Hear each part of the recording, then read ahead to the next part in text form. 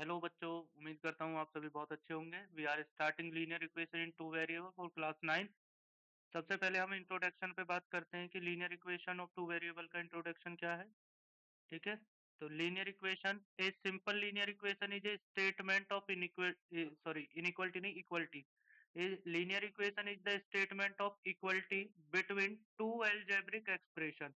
To algebraic expression के जो equality का स्टेटमेंट है दैट इज कॉल्ड बेटा linear equation in two variables. ठीक है, जिसमें अननोन क्वांटिटी क्या होती है, इन्वॉल्व होती है, और अननोन क्वांटिटी को ही हम क्या कहते हैं, वेरिएबल बोलते हैं। तो ये अननोन क्वांटिटी इसमें इन्वॉल्व होती है जिसको हम क्या बोलते हैं बेटा, variable. In linear equation the power of variable is always equal to 1। तो वेरिएबल की जो हमारी पावर होगी, हाईएस्ट पावर ऑफ वेरिएबल क्या होगी, ऑलवेज 1 होगी। ठीक है, the two side of an equation is called left hand side and right hand side. अब ये राइट हैंड साइड और लेफ्ट हैंड साइड क्या है, इसको मैंने यहाँ पर डायग्राम में अच्छे से एक्सप्लेन किया। देखिए, आपको यहाँ पर जो लिखा हुआ है ये हमारा लेफ्ट हैंड साइड है। ठीक है, और जो इक्वल के बराबर में इधर लिखा मिलेगा वो हमारा राइट हैंड साइड होगा। और ये जो सिंबल इक्वल का है ये तो आपको पता ही है, साइन ऑफ इक्वलिटी है। ठीक है, तो यही तो बोला है कि एक linear equation statement of equality है टू अलजेब्रिक एक्सप्रेशनों का। तो दो अलजेब्रिक एक्सप्रेशनों का क्या है बेटा, स्टेटमेंट, इक्वलिटी का स्टेटमेंट है। तो दो अलजेब्रिक एक्सप्रेशन यहाँ पर आप देखिए ये रहे, और इसके इक्वलिटी का जो स्टेटमेंट है वो यहाँ पर ये स्टेटमेंट का ये क्या है, रिप्रेजेंटिंग है, जिसको हम क्या बोलते हैं, linear equation in two variable. ठीक है, आगे हम देखिए, जैसे आपको two side of an equation क्या होता है, two side of an equation are like two play pens of a balance. ठीक है, तो टू पेन्स ऑफ बैलेंस की तरह ये बिहेव करता है। जैसे हमने तराजू में देखा है कि दोनों तरफ बराबर कब होता है, जब दोनों तरफ चीजें क्या हो, सेम हमारी रखी जाए। ठीक है बेटा, इक्वेशन ऑफ कंडीशन क्या होती है, तो हमें क्या है, जैसे कुछ इक्वेशनों को हम स्टडी कर लेते हैं यहाँ पर कुछ एग्जांपल्स की हेल्प से, कि ये भी क्या है, लीनियर इक्वेशन है। क्योंकि यहाँ पर देखिए एक्स की पावर कितनी है, 1। यहाँ भी एक्स की पावर कितनी है, 1। यहाँ भी एक्स की पावर कितनी है, 1। इक्वल के इधर भी कोई स्टेटमेंट है, इक्वल के इधर भी कोई स्टेटमेंट है। और सबसे बड़ी बात क्या है, इक्वेशन इन वन वेरिएबल का है। ठीक है बेटा, क्योंकि इसमें वेरिएबल हमारा केवल कितना यूज हो रहा है, एक्स यूज हो रहा है। ठीक है, अब आपको यहाँ पर 3a-8 और a+12 ये भी हमारी, ये सब एग्जाम्पल है किसके बेटा, लीनियर इक्वेशन के। ठीक है, क्यों, और ये किसके लिए ट्रू है, तो वो उसका सॉल्यूशन हो जाएगा। तो सॉल्यूशन कैसे फाइंड करते हैं, उसके लिए हमको क्या करना है, पहले 2 को हमें ट्रांसफर करना है इधर। ठीक है, तो जब हम 2 को इधर ट्रांसफर करेंगे तो ये नेगेटिव हो जाएगा। तो नेगेटिव होने के बाद ही जो हमारा इधर रिजल्ट बचेगा, 14 में से 2 जाएंगे तो बेटा 12 बचेगा। और इक्वल में क्या है, 4x है, तो उस 4x से ये जो 12 है ये कैंसिल होकर x की वैल्यू हमें यहाँ से कितना मिल जाएगा, 3 मिल जाएगा।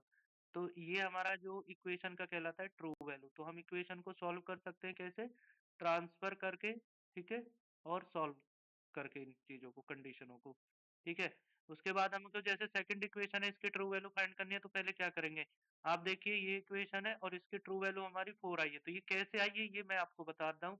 आप देखिए, सबसे पहले आपको क्या करना है, 7 को तो इधर लेके जाना है, तो ये हो जाएगा प्लस का, तो 7 और 5 हो जाएंगे 12 फिर से। ठीक है बेटा, अब ये 2x को लेके जाना है, x मतलब x वाले इनको एक तरफ कर लीजिएगा, और नंबर्स को, हमारे रियल नंबर्स को एक तरफ कर लीजिएगा। तो 2x और 1x कितना हो जाएगा, 3x। तो यहाँ से भी आंसर कितना आ गया हमारा बेटा, 4 आ जाएगा। और फर्स्ट वाले का आंसर कितना आया था, 3 आया था। तो यहाँ से हमारा आंसर 4 क्यों आया है, और कैसे सॉल्व किया जाता है, ये चीज समझ में आ गई। अभी बेसिक क्वेश्चन कर लीजिए, अभी आगे हम बहुत अच्छे क्वेश्चन भी करने जाएंगे। ठीक है, ग्राफ से कैसे इसको सॉल्व करते हैं, ग्राफिकल मेथड समझेंगे। तो नॉर्मल क्वेश्चन आप ऐसे कर सकते हो।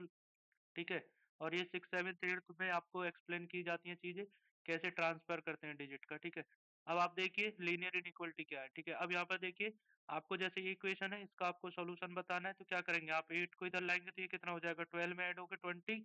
और ये 1 को, 1a को इधर लेके जाओगे तो बेटा 3a में से 1a माइनस करोगे, सब्ट्रैक्ट करोगे तो 2a बचेगा।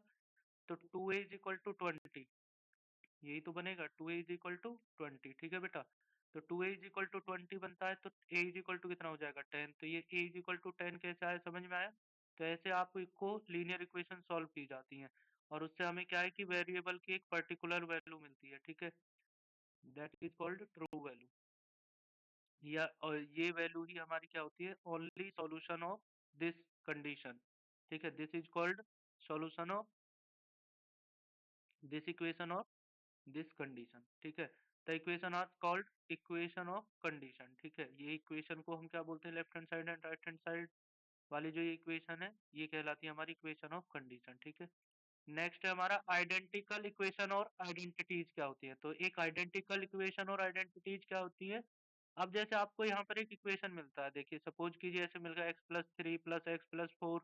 तो हम इसको कैसे करेंगे, इसको सॉल्व करेंगे तो हम क्या लिखेंगे 2x+3+4 = 7। तो अब ये जो सॉल्व करने के बाद हमारी जो इक्वेशन आई, ठीक है, ये हमारी क्या हो जाएगी, सॉल्व करने के बाद जो इक्वेशन आएगी ये इक्वेशन ही हमारी क्या कहलाएगी, आइडेंटिकल इक्वेशन कहलाएगी। मतलब अभी ये यहाँ पर दोनों अलग अलग टर्म्स के या दो अलग अलग इक्वेशन के सम के फॉर्म में लिखा था, लेकिन अब इसको जो सॉल्व करके आया है यही हमारा क्या कहलाता है बेटा, आइडेंटिकल इक्वेशन और आइडेंटिटीज कहलाता है। ठीक है, चलिए नेक्स्ट इसमें देखिए अब आपको क्या करना है, ये वाले को सिंपल करके कैसे पता कर सकते हैं कि जैसे 3a+4+2 ब्रैकेट में a-1 लिखा है, तो पहले 2 का मल्टीप्लाई करोगे a में तो 2a हो जाएगा, फिर 2 का मल्टीप्लाई करोगे -1 में तो -2 हो जाएगा। ये 2a इधर 3a में ऐड होगा तो 5a हो जाएगा। ठीक है बेटा, अब आप ध्यान से सुनिएगा, 4 से माइनस के जो 2 बनेंगे उसको सब्ट्रैक्ट करोगे तो प्लस का 2 हो जाएगा। तो इसको सिंप्लीफिकेशन के बाद हमारा इधर से भी आंसर वही आएगा, इधर से भी आंसर यही आएगा। दोनों कंडीशन, अब ये हमारी आइडेंटिकल कंडीशन बन गई या आइडेंटिकल इक्वेशन बन गई। ठीक है, और अब कोई एक ऐसी कोई भी वैल्यू अगर आप पुट करेंगे ना ए के लिए तो वो सभी वैल्यू इन दोनों इन इन सिचुएशन को सेटिस्फाइड करेंगे। कौन सी को, 5a+2 = है 5a+2। अब ये 5a+2 को सेटिस्फाइड नहीं करना है, आपको अगर सेटिस्फाइड कराना है तो किन को कराना है, यहाँ पर ए की कोई वैल्यू पुट करेंगे ऊपर इस कंडीशन में। ठीक है, एक सेकेंड, तो यहाँ पर ए की कोई भी वैल्यू पुट करेंगे और इधर भी वही वैल्यू अगर आप पुट करते हैं तो ये दोनों जो आंसर है यहाँ से लेफ्ट हैंड साइड और राइट हैंड साइड के वो आएंगे सेम। इसे ही क्या बोलते हैं, the two expression left hand side and right hand side are always equal for any value we give to variable. तो जो हम वेरिएबल को कोई भी वैल्यू देंगे उसके लिए आंसर क्या आएंगे, हमेशा सेम आएंगे, क्योंकि ये इक्वेशन इसी को सॉल्व करके तो बना है बेटा। ठीक है, और equation that are true for any value, और ये इक्वेशन किसी के लिए भी क्या रहेंगी, ट्रू रहेंगी, इसलिए इनको बोलते हैं आइडेंटिकल इक्वेशन और आइडेंटिटीज। ठीक है, नेक्स्ट है हमारा सॉल्विंग ऑफ लीनियर इक्वेशन। तो लीनियर इक्वेशन को कैसे सॉल्व करते हैं, ठीक है, तो the process of finding the value unknown quantity.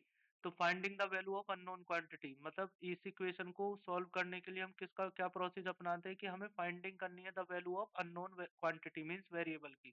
ठीक है, which is which the equation is true, तो जिसके लिए इक्वेशन क्या रहे, ट्रू रहे, या इक्वेशन को जो सेटिस्फाइड कर दे। ठीक है, वही क्या कहलाता है, solve is called solving of equation, और वही उसका सॉल्यूशन कहलाता है। ठीक है, the value is called root और सॉल्यूशन। तो अभी मैं यही बोल रहा था कि इसका सॉल्यूशन बोला जाता है ऑफ इक्वेशन, इसको रूट भी बोलते हैं और इक्वेशन का सॉल्यूशन भी बोलते हैं। ठीक है, अब क्या होता है बेटा, इसमें एक इम्पोर्टेंट प्रॉपर्टी है कि यहाँ पर कुछ हमें प्रॉपर्टी स्टडी करनी होंगी कि सबसे पहले एडिशन प्रॉपर्टी क्या होती है कि अगर एक्स वाई दोनों इक्वल है तो अगर हम कोई सेम क्वांटिटी या सेम कोई नंबर दोनों साइड में लेफ्ट हैंड साइड और राइट हैंड साइड में ऐड करते हैं तो उस के जो सॉल्यूशन है उस पर कोई इफेक्ट नहीं पड़ता है। ठीक है, then the equality of equation remaining unchange, तो इक्वेशन की जो क्या है, इक्वलिटी है वो रिमेनिंग अनचेंज रहेगी, तो ये कहलाती है एडिशन प्रॉपर्टी।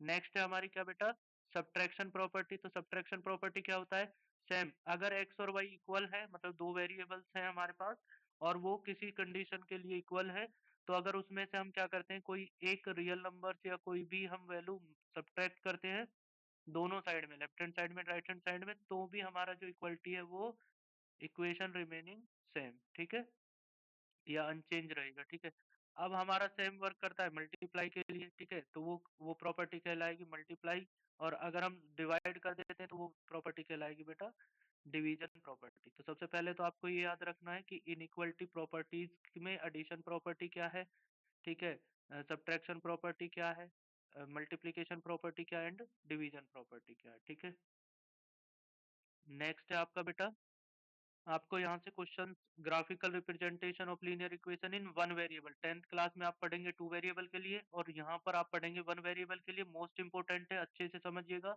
10th क्लास में आपको एलिमिनेशन और सब्स्टिट्यूशन मेथड के क्वेश्चन करने में उतना ही आसानी होगा। सबसे पहले तो आपको पता है रेक्टेंगुलर एक्सिस क्या होता है, ठीक है, हमने कार्टेशियन प्लेन पढ़ा है, कोऑर्डिनेट ज्योमेट्री के मैंने वीडियो डाली हुई है, उसको देख लीजिएगा। ठीक है, आपको सबसे पहले ये रेक्टेंगुलर एक्सिस को हमें जनरेट करना है। ठीक है, इसमें हॉरिजेंटल जो नंबर लाइन है वो एक्स एक्सिस कहलाती है, जो हमारी वर्टिकल लाइन है वो क्या कहलाती है बेटा, वाई एक्सिस कहलाती है। ठीक है, ये वाई एक्सिस है हमारी यहाँ पर।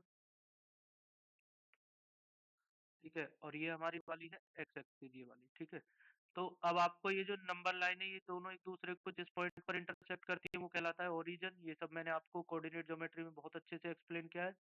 ठीक है, सेकंड चैप्टर की वीडियो देख लीजिएगा। और ये पूरा नंबर लाइन जो एक साथ बनाकर जो पूरा ये प्लेन बना रही है ये कहलाता है रेक्टेंगुलर एक्सिस। ठीक है, ये जो स्पेस को हमने, अब कोऑर्डिनेट क्या होते हैं, तो कोऑर्डिनेट क्या होते हैं, इस रेक्टेंगुलर एक्सिस पर हम पोजीशन ऑफ पॉइंट बताते हैं। क्या बताते हैं बेटा, position of point with respect two rectangular axis. ठीक है, और वही क्या कहलाते हैं बेटा, हमारे कोऑर्डिनेट कहलाते हैं। और ये किसके फॉर्म में होते हैं, पेयर ऑफ नंबर के फॉर्म में होते हैं। किसके फॉर्म में होते हैं बेटा, पेयर ऑफ नंबर के फॉर्म में। जैसे ये पॉइंट है कोई P, इसकी हमें पोजीशन डिफाइंड करनी है। तो P पॉइंट की पोजीशन डिफाइंड करने के लिए पहले तो मुझे चेक करना है कि इसकी एक्स एक्सिस पे वैल्यू क्या है। तो सपोज कीजिए इसकी एक्स एक्सिस पर वैल्यू m है और इसकी वाई एक्सिस पर वैल्यू n है। तो इसके कोऑर्डिनेट हो जाएंगे क्या, हमारा m, पहले एक्स एक्सिस की वैल्यू लिखते हैं, देन वाई एक्सिस की वैल्यू लिखते हैं m कोमा n। ठीक है, ठीक है बेटा। अब यहाँ पर क्या है कि अगर इसकी वैल्यू ओ एम की कोई डिस्टेंस की वैल्यू ए है और ओ एन की इधर यहाँ से यहाँ तक की डिस्टेंस यदि यदि ए है और यहाँ से यहाँ तक की डिस्टेंस यदि बी है, तो इसके कोऑर्डिनेट हो जाएंगे क्या, ए कोमा बी। ठीक है, ए कोमा, ये फिर पी के पॉइंट के क्या हो जाएंगे, A comma B. That is called क्या, coordinate of position P, point की पोजीशन के लिए जो कोऑर्डिनेट है वो। ठीक है, कोऑर्डिनेट ऑफ ओरिजिन क्या होते हैं, हमेशा याद रखिएगा, 0,0 एक्स एक्सिस का कोऑर्डिनेट क्या होता है, एक्स कॉमा जीरो। अगर कोई पॉइंट एक्स एक्सिस पर है तो उसका कोऑर्डिनेट होगा, हमेशा याद रखिएगा, एक्स कॉमा जीरो। अगर कोई एक्स वाई एक्सिस पर है, मतलब सपोज कीजिए यहाँ पर है, तो ये वाई की किस वैल्यू पर यहाँ पर एग्जिस्ट कर रहा है ये देखना है, क्योंकि एक्स पर यहाँ पर क्या होता है, जीरो हो जाएगा। ठीक है, एक्स के लिए ये वाली वैल्यू जीरो हो जाएगी, तो फिर इसके कोऑर्डिनेट हो जाएंगे 0,y। इस बात को अगर आप समझ गए तो ग्राफ बनाने में उतना ही आपको हेल्प मिलेगा। अब बात आती है क्वाड्रेंट क्या है, तो क्वाड्रेंट मैंने कोऑर्डिनेट ज्योमेट्री में भी एक्सप्लेन किया है। तो क्वाड्रेंट एक रेक्टेंगुलर एक्सिस होता है जो किसी प्लेन को 4 रीजन्स में क्या कर देता है, डिवाइड कर देता है। ठीक है, और यही हमारे क्या कहलाते हैं, क्वाड्रेंट। तो जो फर्स्ट क्वाड्रेंट है उसमें एक्स की वैल्यू भी पॉजिटिव होती है एंड वाई की वैल्यू भी पॉजिटिव होती है।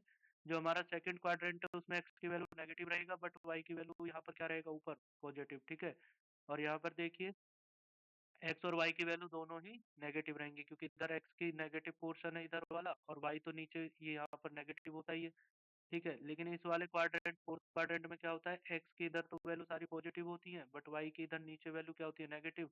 तो किस क्वाड्रेंट के क्या साइन होते हैं ये आपको ध्यान रखना है। ठीक है, तो फर्स्ट क्वाड्रेंट में दोनों कैसे होते हैं, पॉजिटिव। सेकंड क्वाड्रेंट में एक्स कैसा होता है, नेगेटिव, जबकि वाई कैसा होता है, पॉजिटिव। थर्ड क्वाड्रेंट में एक्स एंड वाई दोनों कैसे रहते हैं, नेगेटिव। फोर्थ क्वाड्रेंट में एक्स हमारा कैसा रहता है बेटा, पॉजिटिव, और वाई कैसा रहता है हमारा, नेगेटिव। ठीक है, नेक्स्ट है हमारा, अब हमें क्या करना है, टू द प्लॉट। अब हमें प्लॉट करना है इक्वेशन का। ठीक है, इक्वेशन का ग्राफ प्लॉट करना है वन वेरिएबल वाली का। तो जो वन वेरिएबल वाली इक्वेशन होती है सबसे पहले तो उसकी ये फॉर्म होती है, A X plus B is equal to zero. जब आप 10th क्लास में जाएंगे तो इसी की फॉर्म हो जाएगी, A X plus B Y plus C is equal to zero. अभी आपको A X plus B is equal to zero के लिए पढ़ना है। इसका एक एग्जाम्पल है, जैसे 2x plus four is equal to zero, एक एग्जाम्पल है। तो इसको सॉल्व कैसे करेंगे, पहले फोर को इधर शिफ्ट कर दीजिएगा तो ये इक्वेशन का फॉर्म हो जाएगा 2x is equal to minus four, और x इज इक्वल टू कितना हो जाएगा फिर, ये 2 डिवाइड में आ जाएगा क्योंकि यहाँ पर मल्टीप्लाई में है, तो माइनस फोर अपॉन टू। तो एक्स की वैल्यू आ गई बेटा -2। अब आपको इसका ग्राफ बनाना है, तो ग्राफ कैसे बनेगा, तो एक्स इज इक्वल टू, अगर -2 आप लेंगे तो एक्स इज इक्वल टू -2 कब रहेगा, तो अगर एक्स इज इक्वल टू -2 की बात करें तो एक्स इज इक्वल टू -2 इन कंडीशनों के लिए रहेगा। ठीक है, y की वैल्यू चेंज होती रहेगी लेकिन x इज इक्वल टू -2, इस लाइन को आप ध्यान से देखिएगा। यहाँ पर अगर y इज इक्वल टू 1 है और x इज इक्वल टू -2 है तो ये वाला पॉइंट बनेगा। y इज इक्वल टू -2 है और x इज इक्वल टू -2 है तो ये वाला पॉइंट बनेगा। मीन्स y की वैल्यू आप कुछ भी रखते जाइएगा, इधर से चेंज करते जाइएगा, लेकिन x की वैल्यू हमेशा इस लाइन के लिए क्या रहेगी, -2 रहेगी। इसको हम क्या बोलते हैं कि इसका मतलब x is equal to -2 which is the parallel to y axis. ठीक है, पैरेलल किसके है बेटा? वो वाई एक्सिस के, ठीक है। चलिए, तो एक वन वेरिएबल वाली लीनियर इक्वेशन को कैसे सॉल्व करते हैं, ये क्वेश्चन हो गया। अब एक और क्वेश्चन ले लीजिए, जैसे y, अभी हमने x के लिए लिया था 2x plus four is equal to zero, अब हम ले रहे हैं y के लिए, तो y is equal to y minus five is equal to zero है। तो इसको सॉल्व करोगे तो y इज इक्वल टू कितना आ जाएगा? 5। अब ऐसी हमें आपको लाइन ड्रॉ करनी है। देखिए लीनियर इक्वेशन से लाइन ड्रॉ होती है, याद रखिएगा। तो y हमेशा 5 रहेगा, तो y कब 5 रहेगा? जब आप y को इस लाइन पर ड्रॉ कर देंगे, ठीक है। y के लिए ये लाइन ड्रॉ कर दीजिए, y इज इक्वल टू 5 रहेगा, और यहाँ से x की वैल्यू चेंज होती रहेंगी। देखो x की इस वैल्यू पर भी 5 रहेगा, इस वैल्यू पर भी 5 रहेगा। तो अगर आप चाहे तो x की वैल्यू चेंज कर सकते हैं, नेगेटिव ले सकते हैं, बट इस कंडीशन के लिए y हमेशा कैसा रहेगा? 5 रहेगा। तो इसको बोला जाएगा कि ये जो लाइन है वो पैरेलल है टू x एक्सिस, ठीक है। तो फर्स्ट इक्वेशन में हमने x के लिए काम किया, तो वो y एक्सिस के पैरेलल थी, और इसमें y के लिए काम किया तो ये x एक्सिस के पैरेलल है। अगर वन वेरिएबल की लीनियर इक्वेशन, और इसके सॉल्यूशन कितने पॉसिबल है? इनफाइनाइट, याद रखिएगा। तो इसके इनफाइनाइट सॉल्यूशन पॉसिबल है। तो कैसे ग्राफ बनाया जाता है और कैसे पता किया जाता है कि किस एक्सिस के पैरेलल होगा, ये ग्राफिकल रिप्रेजेंटेशन है। अब आपको नाइन्थ क्लास में क्या पढ़ना है? Linear equation in two variable. तो टू वेरिएबल की इक्वेशन का मैंने अभी बताया आपको क्या फॉर्म हो जाएगा, A X plus B Y plus is equal to C, जहाँ पर ए और बी जीरो नहीं हो सकता है, ठीक है। तो अब आपके देखिए ये इक्वेशन है, हो सकता है आपको इस इक्वेशन और ये तीनों इक्वेशन, ये आपकी क्या है? सब लीनियर इक्वेशन है, क्योंकि देखो x और y दो वेरिएबल है और उनकी पावर कितनी है? 1। तो क्योंकि पावर 1 है तो इनकी, इसको क्या बोलेंगे? Linear equation. स्टार्टिंग में ही बताया था लीनियर इक्वेशन में पावर 1 होती है, और x का कोफिशिएंट मतलब जो x के आगे लिखा है ये वाली वैल्यू, और जो y का कोफिशिएंट है ये जीरो नहीं हो सकता, ठीक है, याद रखिएगा। तो x के आगे क्या लिखा है? 2, तो जीरो नहीं है। y के आगे क्या लिखा है? 3, तो वो भी जीरो नहीं है, ठीक है। ऐसे यहाँ पर देखिए x के आगे कुछ नहीं लिखा है, सर बोलोगे अरे 1 लिखा है भाई, तो जिसके आगे कुछ नहीं है वो 1 है, ठीक है। तो 1x minus 2y is equal to 6, इसको रीड कर सकते हो। तो ये हमारी लीनियर इक्वेशन के क्या है? टू वेरिएबल वाली लीनियर इक्वेशन के एग्जाम्पल है, ठीक है। A pair of linear equation, ये सेटिस्फाइड करता है लीनियर इक्वेशन को टू वेरिएबल की इट्स सॉल्यूशन को भी, तो ये सॉल्यूशन को भी सेटिस्फाइड करेगा, एक्स वाई की सभी वैल्यूओं के लिए क्या है? सॉल्यूशन को सेटिस्फाइड करेगा। कैसे, वो मैं बताता हूँ आपको। तो ग्राफ और linear equation in two variable कैसे रिप्रेजेंट करते हैं? सबसे पहले आपको क्या करना है, मोस्ट इंपोर्टेंट लाइन है ये, कि rewrite the given equation in one term of other. ठीक है बेटा, सबसे पहले आपको क्या करना है? सबसे पहले आपको करना है कि इस इक्वेशन को one term in the terms of other one variables. अभी मैं आपको बता रहा हूँ कि आपको क्या करना है, कि सबसे पहले आपको एक टर्म के फॉर्म में इसको एक्सप्रेस करना है, एक टर्म के फॉर्म में, और एक टर्म को भी किसके फॉर्म में? दूसरी टर्म के फॉर्म में। कैसे करते हैं वो मैं अभी आपको बताऊंगा, ठीक है। फिर उसके बाद आपको क्या करना है, जैसे अभी चलो बता ही देता हूँ, कि सबसे पहले जैसे ये इक्वेशन है 2x plus three y is equal to 5, तो आपको सबसे पहले क्या करना है, चाहे आप x के लिए वर्क कर लीजिएगा चाहे y के लिए, कोई दिक्कत नहीं है। तो सबसे पहले आपको 2x को तो यहीं पर रख लीजिएगा जैसे, ठीक है। उसके बाद 5 को उधर ले जाइएगा। अगर आप 5 को उधर लेके जाते हैं बेटा, तो आपको फिर y वाली टर्म्स को इधर लेके आना है, और जब आप y वाली टर्म्स को इधर लेके आएंगे तो ये इधर क्या हो जाएगा? माइनस के 3y, क्योंकि उधर प्लस के 3y है, तो यहाँ पर आके क्या हो जाएगा? माइनस के 3y। अब इस माइनस के 3 से डिवाइड कर दीजिएगा, तो ये ओवरऑल इसमें क्या हो जाएगा? -3 से डिवाइड हो जाएगा। तो यही इक्वेशन आपकी किस फॉर्म में आ जाएगी? y is equal to y is equal to 2x minus 5 के फॉर्म में आ जाएगा, ठीक है। तो सबसे पहले यही बात बोलिए कि आपको इस इक्वेशन को वन टर्म मतलब एक वेरिएबल के टर्म्स के फॉर्म में रिप्रेजेंट करना है, ठीक है। उसके बाद आपको क्या करना है, draw x axis and y axis खींचना है, और उसको क्या करना है, सुटेबल स्केल बताना है, जो भी आप जितना भी इसके लिए क्या है एक्स की वैल्यू पुट करना है। जैसा भाई यहाँ पर क्या करेंगे, एक्स की वैल्यू पुट करेंगे, और उसके लिए वाई की क्या वैल्यू आ रही है वो पता करेंगे। तो वो उसके लिए आप एक्स की वैल्यू क्या रख सकते हैं, ये आप पे डिपेंड है। तो आप अपने अकॉर्डिंग स्केल चूज करेंगे, ठीक है। और उसके बाद क्या करना है, कि जो एक्स और वाई की वैल्यू आ रही है उनके हेल्प से आपको क्या करना है, प्लॉट करना है ग्राफ, और जो उस पॉइंट के कोऑर्डिनेट होंगे, ठीक है। और वो जो हमारा बनेगा वो स्ट्रेट लाइन बनेगा, ठीक है बेटा। अब ये कैसे करते हैं सॉल्व, ये मैं आपको बताता हूँ। जैसे ये क्वेश्चन है, सबसे पहला क्वेश्चन ये है कि 2x plus three y is equal to 9। यहाँ पर एक क्वेश्चन हमने ले लिया बेटा, ठीक है। अब आपको क्या करना है, सबसे पहले सॉल्व करना है इसको x या y के लिए। तो सबसे पहले इसको हम, जैसे हमने यहाँ से क्या किया, 9y को यहाँ से इधर, सॉरी 3y को हमने यहाँ से इधर 9 की तरफ शिफ्ट कर दिया, तो 9 माइनस 3y इधर शिफ्ट हो गया। तो ये 2 से अब क्या कर दो, डिवाइड कर दो, तो ये हमारी इसकी सॉल्यूशन कंडीशन बन गई 9 माइनस 3y अपॉन 2। अब इसकी हेल्प से आपको क्या करना है, x और y की वैल्यू पता करनी है, ठीक है। तो x और y की वैल्यू कैसे पता करते हैं, तो आप x की जगह कुछ भी पुट कर सकते हैं या y की जगह कुछ भी। अब यहाँ पर y की जगह अगर आप 1 पुट करेंगे तो ये 3 9 से सब्ट्रैक्ट हो जाएगा, कितना बचेगा 6, और अपॉन में क्या है 2। तो यहाँ से x की वैल्यू क्या आ जाएगी, तो x की वैल्यू आ जाएगी हमारी बेटा 3। तो हमने अगर y की जगह 1 पुट किया तो x की वैल्यू 3 आ गई। तो हमारे फर्स्ट पॉइंट हो गए जिसके हमें कोऑर्डिनेट मिल गए 3,1। अब हम -1 पुट करेंगे तो ये कितना हो जाएगा 12, क्योंकि -1 पुट करने पर ये +3 होगा, +3 करने पर ये क्या हो जाएगा 12 हो जाएगा। 12 में 2 से डिवाइड करोगे तो कितना आएगा 6। तो हमारे सेकंड पॉइंट भी मिल गया और उसके कोऑर्डिनेट हो गए 6, -1, ठीक है।